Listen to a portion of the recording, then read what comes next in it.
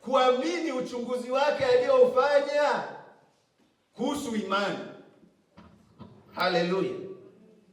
Kwa sababu huyu Nikodemu, pamoja na sifa nyingine zote alizokuwa nazo za kuwa yeye ni tajiri, yeye ni mtu maarufu, ni mjumbe katika baraza kuu la Wayahudi la Sanhedrin lililokuwa na wajumbe tu 72, mtu aliyeheshimiwa sana,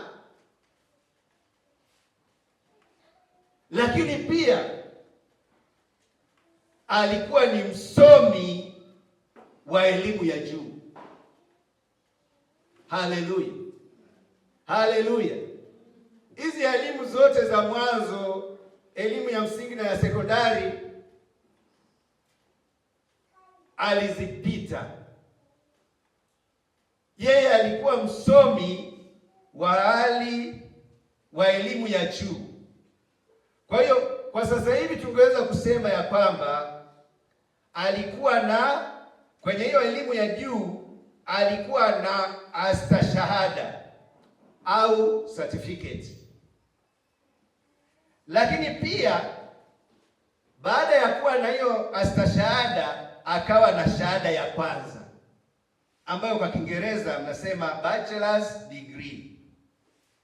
Lakini tunaona akaendelea kupanda ngazi, akawa na shahada ya tatu ambayo ni ya uzamili au mnaita master's degree. Lakini tunaona akaendelea mpaka shahada ya juu kabisa, shahada ya uzamivu ambayo kwa Kiingereza wanasema PhD. Kwa hiyo huyu kama ni elimu hii ya kawaida alikuwa amesoma. Kama ni elimu ya theolojia, elimu ya kimungu au elimu ya kiroho pia alikuwa amesoma. Lakini tunaona pamoja na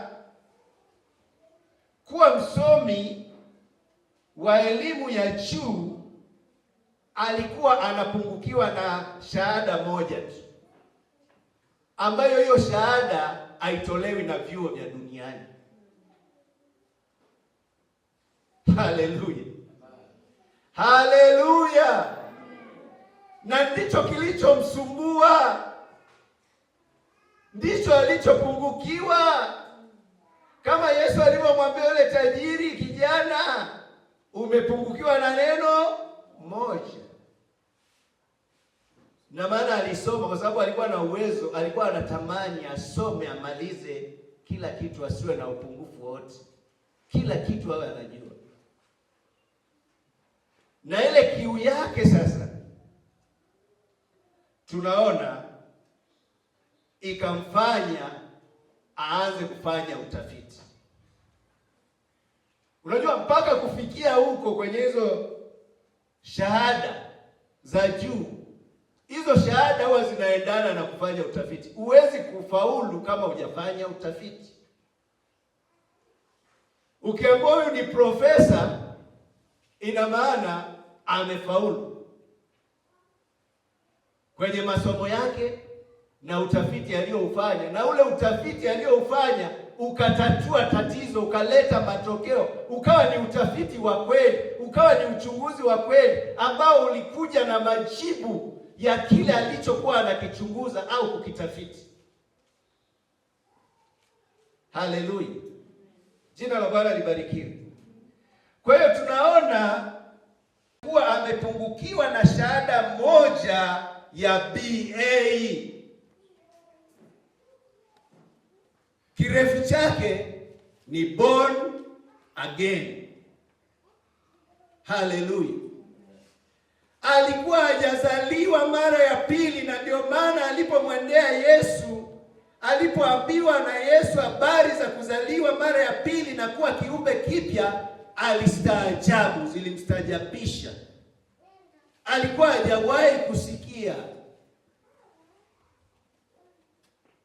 Lakini kwa sababu alimwendea Yesu, haleluya, mwenye kutoa hiyo shahada ya BA, haleluya, iliyomfanya afanye utafiti wa kina baada ya kukutana na Yesu. Alifanikiwa. Baada ya kumwendea Yesu alifanikiwa, na ndio maana maandiko yanasema, yeyote ajaye kwangu sitamtupa nje kamwe. Kwa hiyo Nikodemu baada ya kumwendea Yesu, Yesu hakumtupa. Haleluya, jina la Bwana libarikiwe. Alichua anachokihitaji. Kabla hajamwendea usiku, Yesu alishamuona Nikodemu akiwa mbali, kama alivyomuona Nathanaeli, akamwambia, tangu ulipokuwa kule chini ya mti na alikuona. Kwa hiyo Yesu aliona kiu ya Nikodemu na tayari alikuwa na majibu kwa ajili yake. Yesu anaona ndani ya moyo wako. Yesu anaona haja yako. Yesu anaona unachokihitaji, na aishii kuona. Anapoona ni lazima afanye jambo, hata kama ni gumu. Jambo ambalo lilikuwa gumu kwa Nikodemu, lakini baada ya kumwendea Yesu likawa rahisi. Haleluya! Na akapokea muujiza wake, akaondoka akiwa anafurahi, kama ilivyokuwa kwa yule towashi alipokutana na Filipo.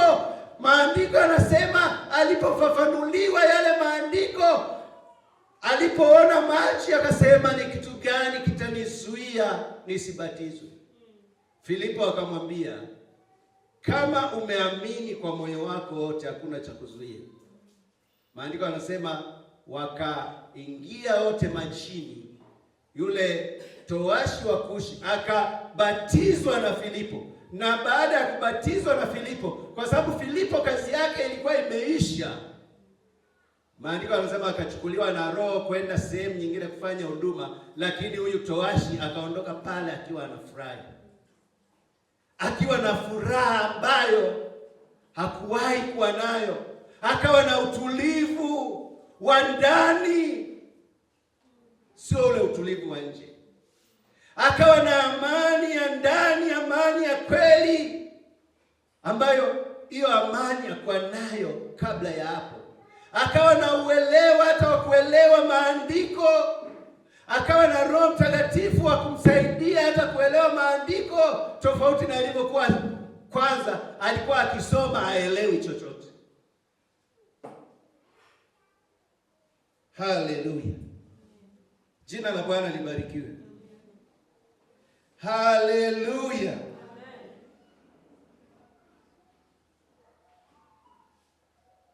Tunga Zaburi pia anasema, nimekukimbilia wewe Bwana, nisiaibike milele. Kwa haki yako niponye, unitegee sikio lako unijibu. Kwenye kitabu cha nabii Isaya anasema, mama anaweza kumsahau mtoto wake, lakini anasema, lakini Bwana Mungu hatawasahau ninyi. Hatawasahau ninyi, hata waacha ninyi. Jina la Bwana libarikiwe. Haleluya, haleluya, jina la Bwana libarikiwe. Haleluya.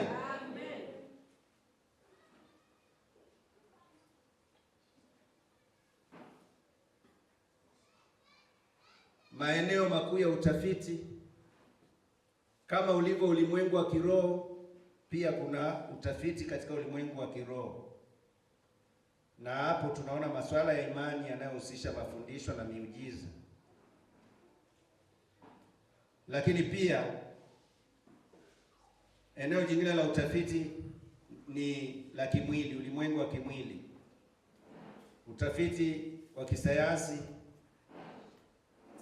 kama utafiti kuhusiana na magonjwa na tiba zake, lakini utafiti huo wa kisayansi, sayari, mwezi, nyota na vitu vingine. Na katika siku hizi za mwisho, kwa kulingana na unabii wa nabii Daniel, ukisoma Danieli 12 mstari wa 4 anasema siku za mwisho maarifa yataongezeka. Maarifa yataongezeka. Ndio sasa hivi unasikia sijui AI, akili mnemba,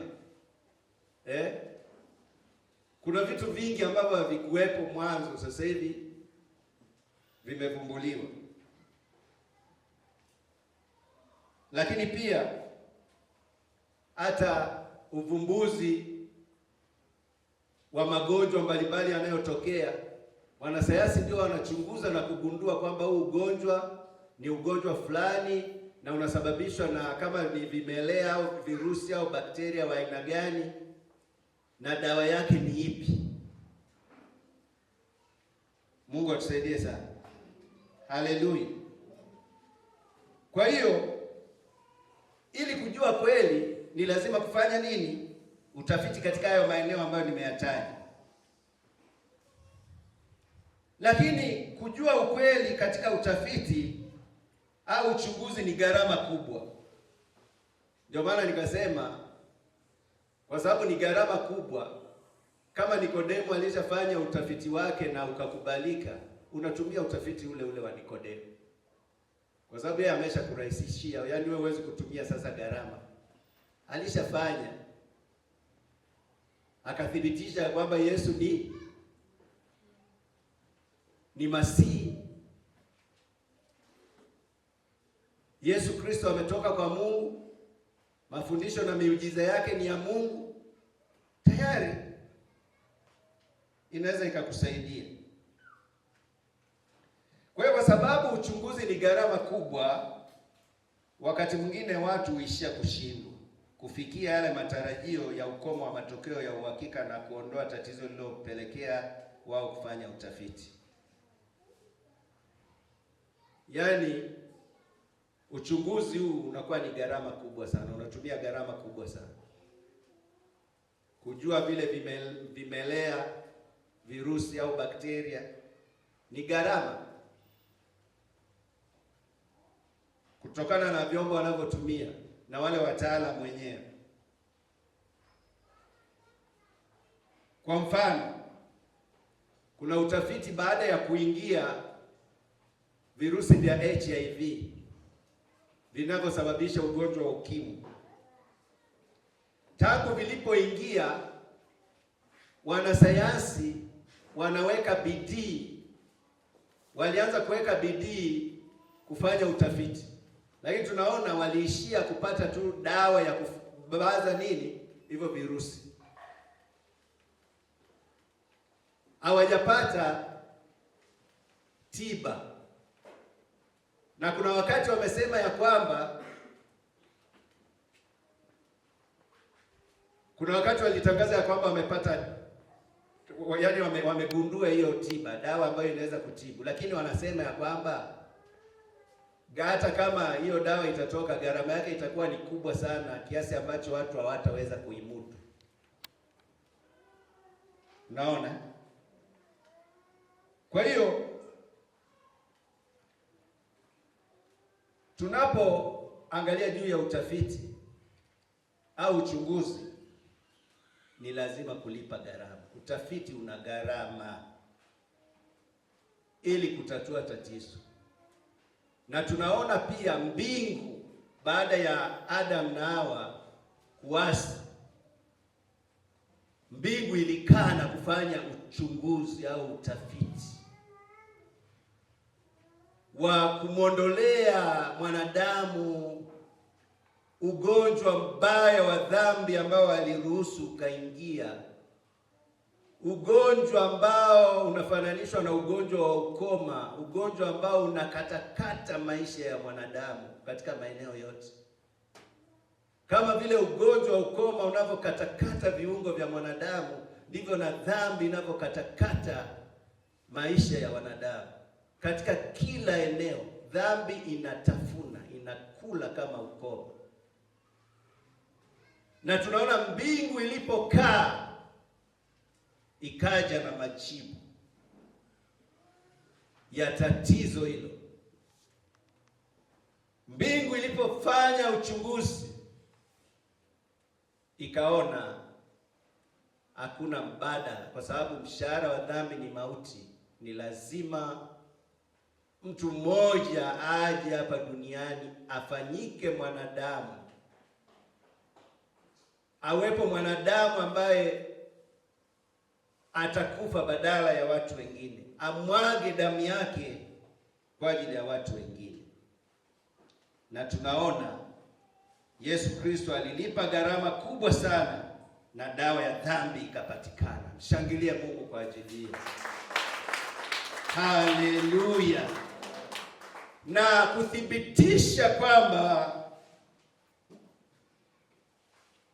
Yesu alilipa gharama kwa damu yake, tunaona hiyo damu ilianza kufanya kazi siku ile ile Yesu aliposulubishwa pale msalabani. Maandiko yanasema Yesu alisulubishwa na wahalifu wawili. Yule mhalifu mmoja alipopata ufunuo ya kwamba Yesu ni Masihi, akamkiri Yesu, damu ya Yesu ikaweza kumtakasa na kumsamehe dhambi zake saa ile ile, na Yesu akamhakikishia kwamba wakati huo atakuwa pamoja naye paradiso. Haleluya. Lakini kuna yule askari ambaye alichukua mkuki wake akamchoma Yesu ubavuni, maji na damu vikatoka. Yale matone ambayo yaliruka na kumwagikia, nguvu ya damu ya Yesu ikatenda kazi kwake. Pale pale akamkiri Yesu, akasema hakika huyu ni mwana wa Mungu. Amen. Haleluya. Naye akaingia kwenye orodha ya watu ambao wamemkiri Yesu, na maandiko yanasema kwa maana kwa moyo mtu huamini na kwa kinywa ukiri hata kupata wokovu. Na yeye akaungana na yule mhalifu, akampokea Yesu Kristo siku ile, na damu ya Yesu Kristo ikafanya kazi yake ipasavyo. Damu ya Yesu Kristo ikaonyesha thamani yake. Haleluya. Ndio maana maandiko yanasema hamkukombolewa kwa vitu vinavyoharibika, bali mmekombolewa kwa damu ya thamani ya Yesu Kristo. Haleluya. Damu isiyo na hila, damu isiyo na mawaa, damu yenye nguvu, damu yenye uwezo. Ndio maana mwimbaji aliyejua uwezo wa damu ya Yesu akaimba, kuna nguvu, nguvu, nguvu ya ajabu damni mwa Yesu, mwa Yesu, kuna nguvu, nguvu ya ajabu damni mwa mwana kondoo. Mwinjilisti Reinhard Bonnke alikuwa anahubiri na kufundisha juu ya nguvu iliyo katika damu ya Yesu, na akakutana na mtu mmoja msomi kama Nikodemo alivyokuwa. Akamuuliza swali ambalo lilikuwa ni gumu, lakini kama ilivyokuwa ukisoma kwenye kitabu cha Matendo ya Mitume, wanasema kuna watu wa sinagogi la Mauru wakashindana na Stefano, lakini hawakuiweza hekima ambayo Stefano alikuwa nayo, kwa sababu Stefano alikuwa amejaa Roho Mtakatifu, alikuwa amejaa neema. Kwa hiyo hata Bonnke alipoulizwa swali gumu na yule msomi wa elimu ya juu, yule profesa, ameulizwa naye hana jibu lolote, hakutegemea kama ataulizwa swali kama hilo.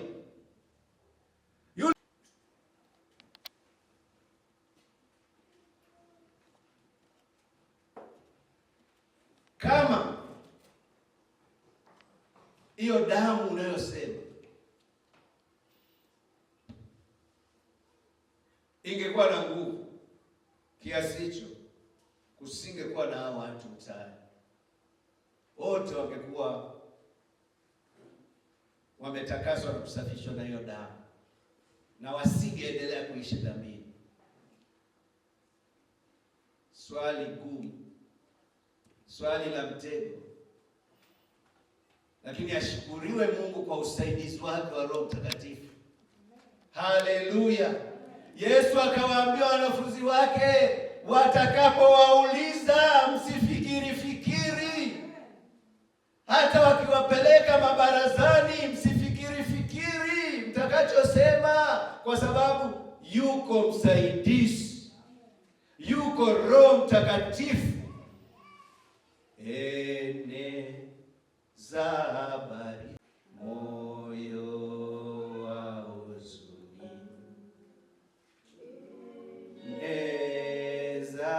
nguvu katika ulimwengu wa roho, inafanya kazi katika ulimwengu wa roho, lakini pia katika ulimwengu wa mwili. Au unaosema wenye dhambi wako mtaani, pia huko mtaani kuna watu ambao ni wachafu. Ni wachafu, nguo zao sio safi, hazijafuliwa, lakini ni wachafu, hata miili yao hawaogi. Lakini huko mtaani kuna watu ambao ni wasafi, nguo zao ni safi, zimefuliwa na kutakata na ziko safi.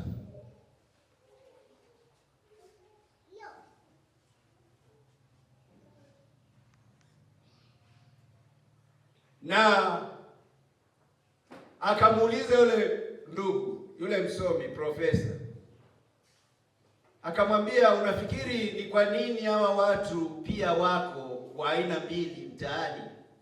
Wako wasafi na wasio safi. Akamwambia, kuna sabuni za kila aina. Kuna sabuni za mche au vipande mnaita, kuna sabuni za unga, kuna sabuni za maji ambazo zingeweza pia kwa hawa watu ambao ni wachafu na nguo zao ni chafu. Kuna sabuni na za kuogea za aina zote, kuna Imperial, sio kuna nini, yani kuna sabuni. Wakati zamani kulikuwa na Rexona, sabuni maarufu sana. Lakini sasa hivi pia kuna sabuni ambazo ni maarufu, mtu anaweza akaoga akatakata nayo akawa vizuri na hata akatoka na harufu nzuri. Sasa Boke akamwambia yule msomi, pamoja na kuwepo sabuni za aina zote hizo, kwa nini hawa watu wanaendelea kuwa wachafu? Wewe unafikiri ni kwa nini? Akasema ni kwa sababu hawajazitumia hizo sabuni na maji yakiwepo. Kwa hiyo akamwambia vivyo hivyo na damu ya Yesu tangu miaka zaidi ya 2000 iliyopita ilifanya kazi yake, ilianza kufanya kazi pale pale msalabani. Na tangu wakati huo maelfu kwa maelfu watu ambao wako hapa duniani, na wengine kizazi baada ya kizazi, ambao wengine wameingia utukufuni kwa sababu wametakaswa kwa damu ya Yesu Kristo. Ndio maana Yohana anaonyeshwa watu wenye mavazi meupe, anauliza hawa watu wametoka wapi? Na anajibiwa, anaambiwa hawa ni wale waliofua mavazi yao katika damu ya mwana kondoo. Haleluya! Jina la Bwana libarikiwe. Haleluya! na ndio sababu watu watahukumiwa, kwa sababu tayari dawa ya dhambi ilishapatikana miaka zaidi ya 2000 iliyopita. Ni swala tu la wewe kuchukua ile dawa ikusaidie. Kama ambavyo ukimwi ulileta shida, virusi vya ukimwi vilileta shida, lakini utafiti uliofanywa na watu wakagundua, japo hawakuweza kugundua dawa ya kutibu kabisa hilo tatizo, lakini wamegundua hata hizo dawa za kufubaza virusi. Na ndio maana sasa hivi hata kama mtu ameathirika anaweza kaishi hata miaka 40 kwa kufuata masharti na kutumia hizo dawa. Sasa wakati hivi virusi vinaingia, kwanza ilikuwa ni rahisi kumtambua mtu aliyeathirika, kwa sababu hakukuwa na hizi dawa za kufubaza hivyo virusi, na watu walikuwa wanakonda mpaka mifupa inaonekana. Kwa hiyo mtu mmoja kwa moja anaona wananyonyoka nywele hizi, unaona nywele zinaanza kunyonyoka, sijui kama kitu gani, sijui kama wale kuku gani wale mnaita, Wajiramba wanaita kinyonyoke. Sijui Kiswahili chake kinaitwa na makabila mengine sijui yanahitaji.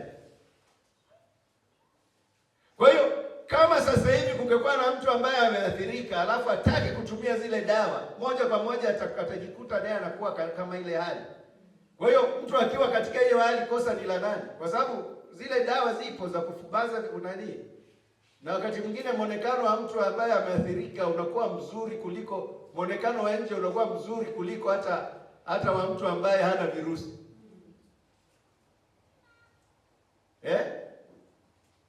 Kwa hiyo sasa kama hizo dawa za kufubaza hivyo virusi zipo na wewe ukaacha kuzitumia, si utaendelea kukonda na mbavu kuwa nje na hizo nywele kupukutika? Sitatokea hivyo. Sasa tatizo litakuwa la nani? Kwa sababu wataalamu tayari wameshafanya kazi yao, wamekuja na majibu ya uchunguzi, na uchunguzi huo umekuwa na faida. Sasa ndivyo ilivyo. Damu ya Yesu ilishamwagika zaidi ya miaka 2000 iliyopita. Ni juu ya mtu mwenyewe kuamua kutumia, kuamua kuikubali damu ya Yesu, ndio itakayompatia ushindi. Kwenye Ufunuo wa Yohana anasema, nao wakamshinda kwa neno la ushuhuda wao na kwa damu ya mwana kondoo. Ili damu ya Yesu Kristo iweze kufanya kazi, ni lazima uwe na neno la ushuhuda. Ni lazima umkiri Yesu kuwa Kristo kuwa yeye ni Kristo, yeye ni Masihi na Bwana, ya kwamba alikuja hapa duniani akapata mateso ya msalaba, akafa na siku ya 3 akafufuka. Na baada ya kufufuka akawatokea mitume kwa siku 40 akiwafundisha mambo yaliyohusu ufalme wa Mungu, na akapaa mbinguni, na kutoka huko atakuja kwa ajili ya kuwahukumu walio hai na wafu. Mungu atusaidie sana. Haleluya. Jina la Bwana libarikiwe. Haleluya. Haleluya. Ni kuamini tu damu ya Yesu. Haleluya. Jina la Bwana libarikiwe. Haleluya. Haleluya.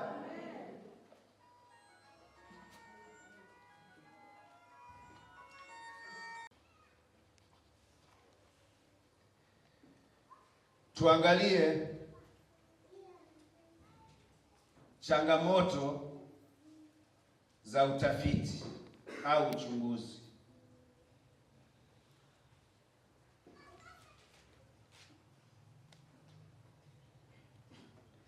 Mungu atusaidie sana. Haleluya. Tunaona utafiti uliofanywa na Nikodemu na Waberoya uliweza kufanikiwa sana, lakini kuna changamoto ambazo zinakinzana na utafiti. Tuko pamoja? Haleluya. Yaani ili uweze kuwa na utafiti au kuwa na uhakika na utafiti, ni lazima upenye hizi changamoto. Changamoto ya kwanza ni udanganyifu au uongo unaokinzana na matarajio ya ukomo au mwisho wa matokeo ya uchunguzi.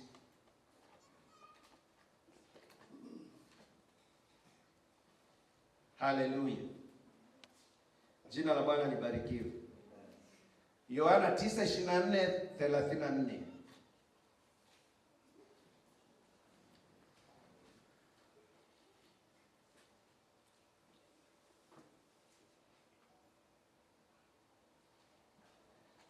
Kwenye hiyo Yohana 9:24 mpaka 34 tunaona habari za yule kipofu ambaye Yesu alikuwa amemponya, na tunaona hawa Mafarisayo walimwandama kinyume na yale ambayo yalionyesha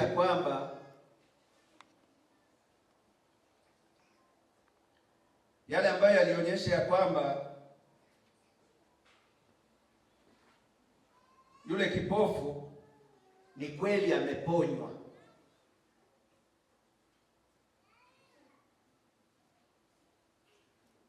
Tunaona hapo hawa Mafarisayo wakawa kinyume na kile ambacho yule kipofu alikuwa amejiridhisha kwamba Yesu ni Masihi na ndiye aliyemponya. Lakini wao wakaanza kumwambia yule kipofu, tunajua ya kwamba huyu ni mwenye dhambi.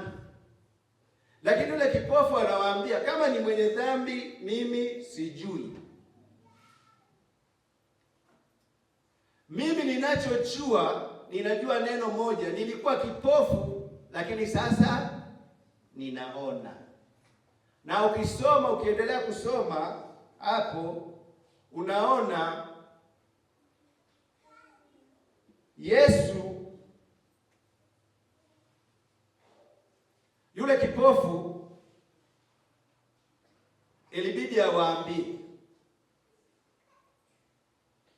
ilibidi awaambie ya kwamba vipi, mbona mnanipeleleza na ninyi mnataka kuwa wanafunzi wake? Lakini tunaona wao wakakataa, wakasema sisi hatuwezi kuwa wanafunzi wa Yesu.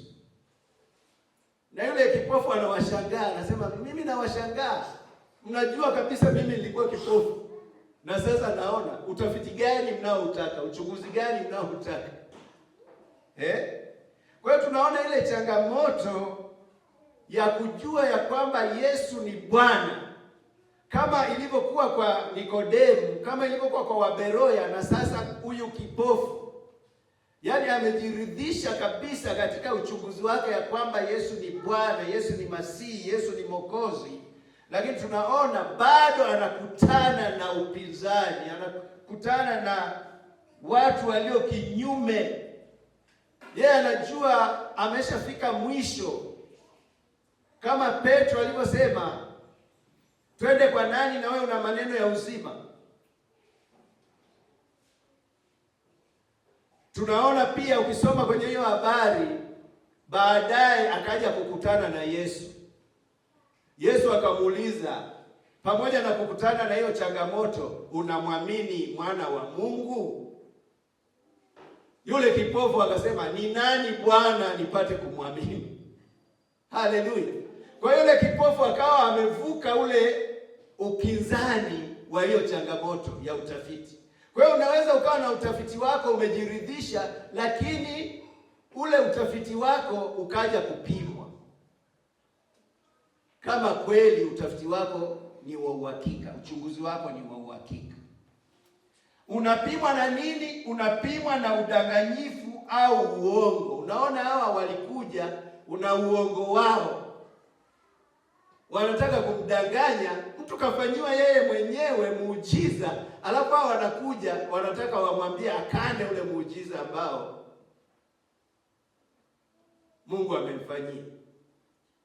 Wanakuja kumtia mashaka, kama vile Hawa alipotiwa mashaka na nyoka, anaambiwa eti anatiwa mashaka. Na unajua Hawa aliangushwa kwa sababu hakuwa na utafiti wake aliojiridhisha, akusimamia. Angekuwa na utafiti wake aliojiridhisha, angeweza kusimamia na angekuwa salama, kusingekuwa na tatizo hili ambalo limetokea. Lakini changamoto nyingine ni kupuuzia na kutojali matarajio ya ukomo au mwisho wa matokeo ya uhakika yaliyofanywa na wewe mwenyewe au na watu wengine wenye uhakika kama Nikodemu au Waberoya. Kwenye Waebrania 2:3 anasema, sisi je, tutapataje kupona tusipoujali wokovu mkuu namna hii? Sasa tunaona Nikodemu alishafanya utafiti, Boke alishafanya utafiti juu ya damu ya Yesu. Sasa watu pamoja na kufundishwa kama hivi na kuelewa, lakini hawajali. Sasa maandiko yanasema, sisi je, tutapataje kupona? Utapataje kupona?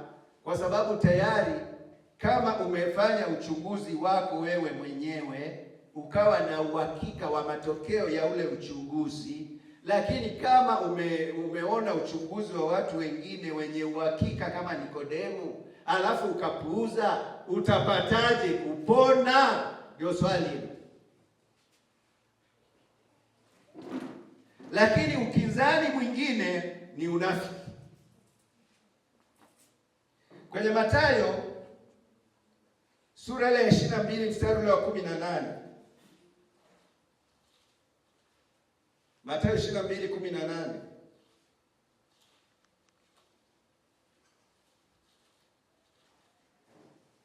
Tunasoma hivi. Mathayo 22:18 na mstari wa 21, lakini pia tutasoma mstari wa sura 21 mstari wa 23 na 27. Mathayo 22:18 tunasoma hivi.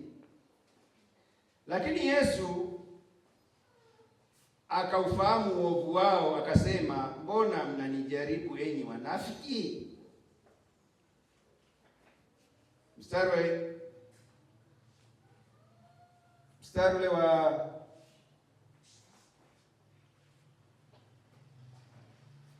sura ya 21 mstari wa 13,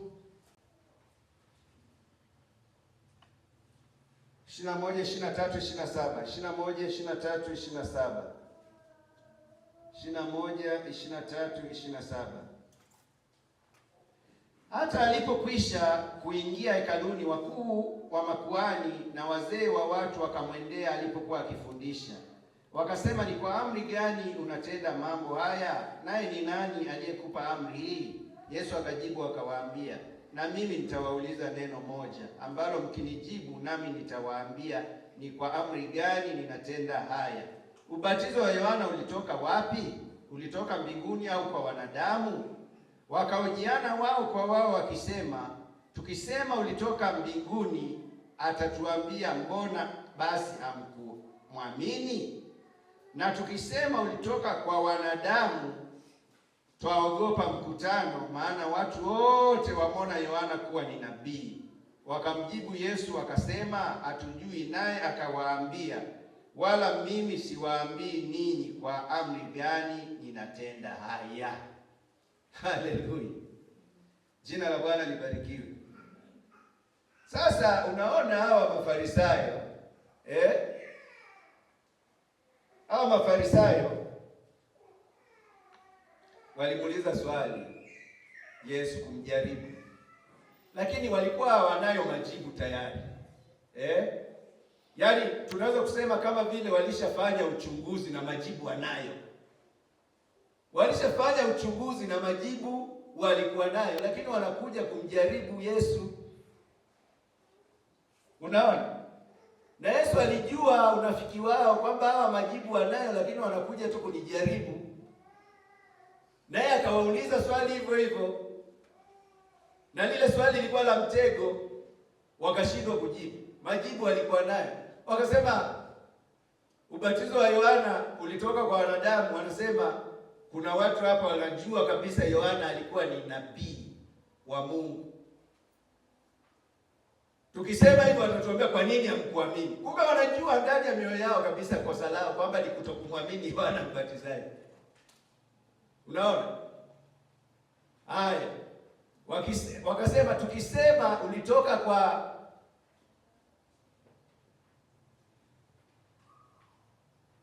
kuna maswali mawili hapa. La kwanza, wakisema kwamba Yohana hakuwa nabii, watu wanajua ya kwamba Yohana alikuwa na nabii. Haleluya. Atawaambia watu wanajua kwamba Yohana alikuwa nabii. Atawaambia kwa nini hamkuweza kumwamini. Unaona? Na anasema kama tukisema ulitoka kwa wanadamu, wakaogopa mkutano ya kwamba watawapiga kwa nini? Kwa mawe. Kwa hiyo wakawa neutral tu. Yaani mnafiki yeye anakuwa katikati. Anakuwa sio moto wala sio baridi. Anakuwa tu katikati. Kwa hiyo unaona hapa kwenye utafiti hautakiwi unafiki.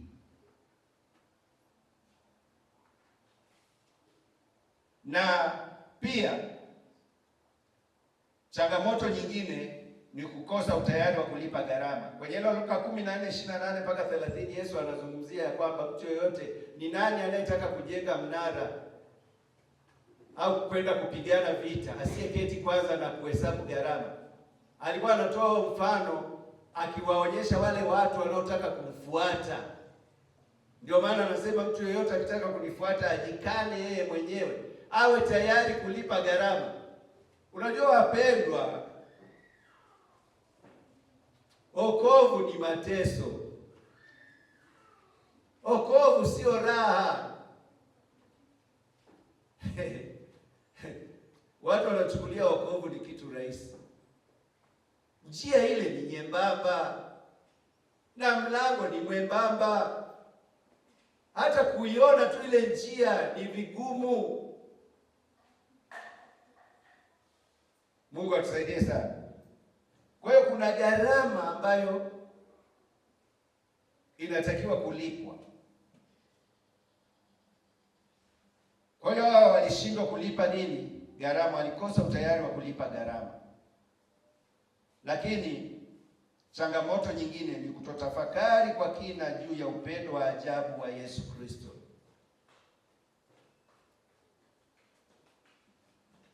Kwenye utafiti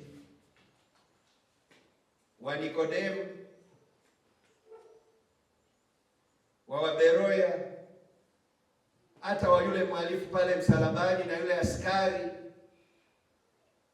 walipojiona ya kwamba wao ni wenye dhambi, wakaona huu upendo sio wa kawaida. Na ndio maana tunaona yule mhalifu anamwambia yule mhalifu aliyesulubishwa pamoja naye, anamwambia, wewe mbona unaongea vibaya hivi kumhusu Yesu? Sisi tuko hapa kwa sababu tumestahili hii adhabu. Kweli sisi ni wakosaji, tunahukumiwa kwa makosa yetu, lakini huyu hakufanya dhambi yoyote ile. Ndio maana Yesu anasema hakuna aliye na upendo kama huu wa mtu kutoa uhai wake kwa ajili ya rafiki zake. Kwa hiyo yule mhalifu alipotafakari juu ya upendo na huruma ya Yesu, akaweza kunufaika na huo utafiti. Jina la Bwana libarikiwe. Haleluya, haleluya, jina la Bwana libarikiwe. Na ndipo tunapoona matarajio ya utafiti ni kubaini ukweli pasipo kuacha shaka na kuwa na uhakika wa kutatua changamoto. Haleluya, jina la Bwana libarikiwe. Haleluya. Ndipo tunapoona ya kwamba Nikodemu, ile shahada yake ya BA ya born again iliweza kumtakasa, ikamweka huru, ikampa msamaha, ikampa kupenya, ikampatia wokovu, ikampa uhakika, ikampa msimamo, ikampa ujasiri wa kuingia patakatifu pa patakatifu. Na kinyume cha matarajio ni kushindwa kunufaika na kuhukumiwa. Yaani hapo kuna mambo mawili tu.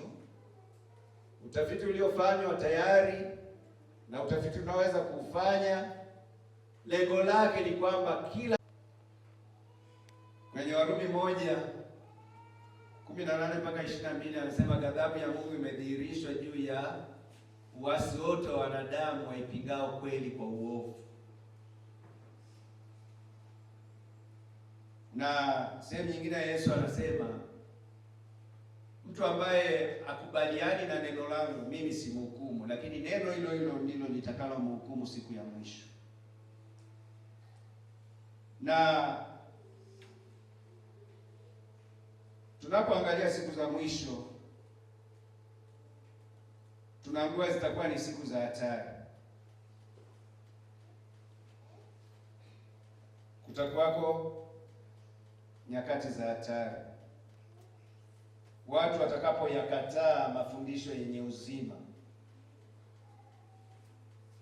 Tunaona Mtume Paulo anapomwandikia Timotheo,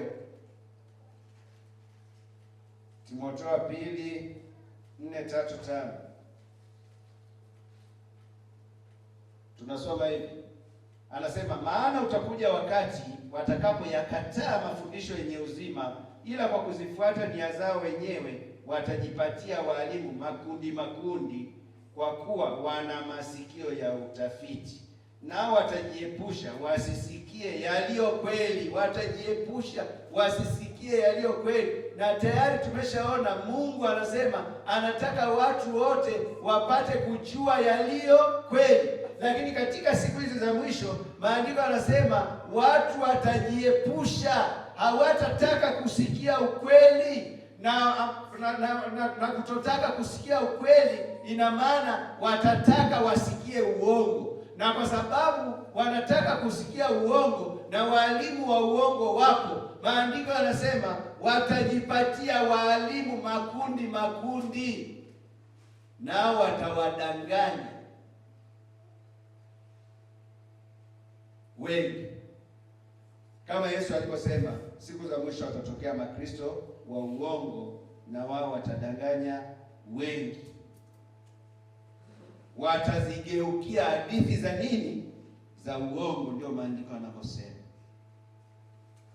Kwa hiyo watakataa mafundisho yenye uzima, watajiepusha wasisikie yaliyo ya kweli, lakini pia watazigeukia hadithi za uongo, na wataua watu wanaosema ukweli. Naona hata Yesu alikuwa anatafuta kuuawa kila wakati kwa sababu ya ukweli. Ukisoma kwenye ile Yohana 8:31 na kuendelea, maandiko yanaposema kwamba Yesu akawaambia wale Wayahudi waliomwamini. Si unaona maandiko yanasema wale Yesu waliokuwa wanazungumza nao ni Wayahudi waliokuwa wamemwamini Yesu. Ndivyo maandiko yanaposema. Lakini ukiendelea kusoma kule, unaona walikataa yale mafundisho ya Yesu, na Yesu akawaambia ya kwamba kama ninyi kweli baba yenu ni Ibrahimu, mbona mnataka kuniua? Mbona mnatafuta kuniua? Wao wakasema sisi hatukuzaliwa kwa zinaa, sisi tunaye baba yetu Ibrahimu.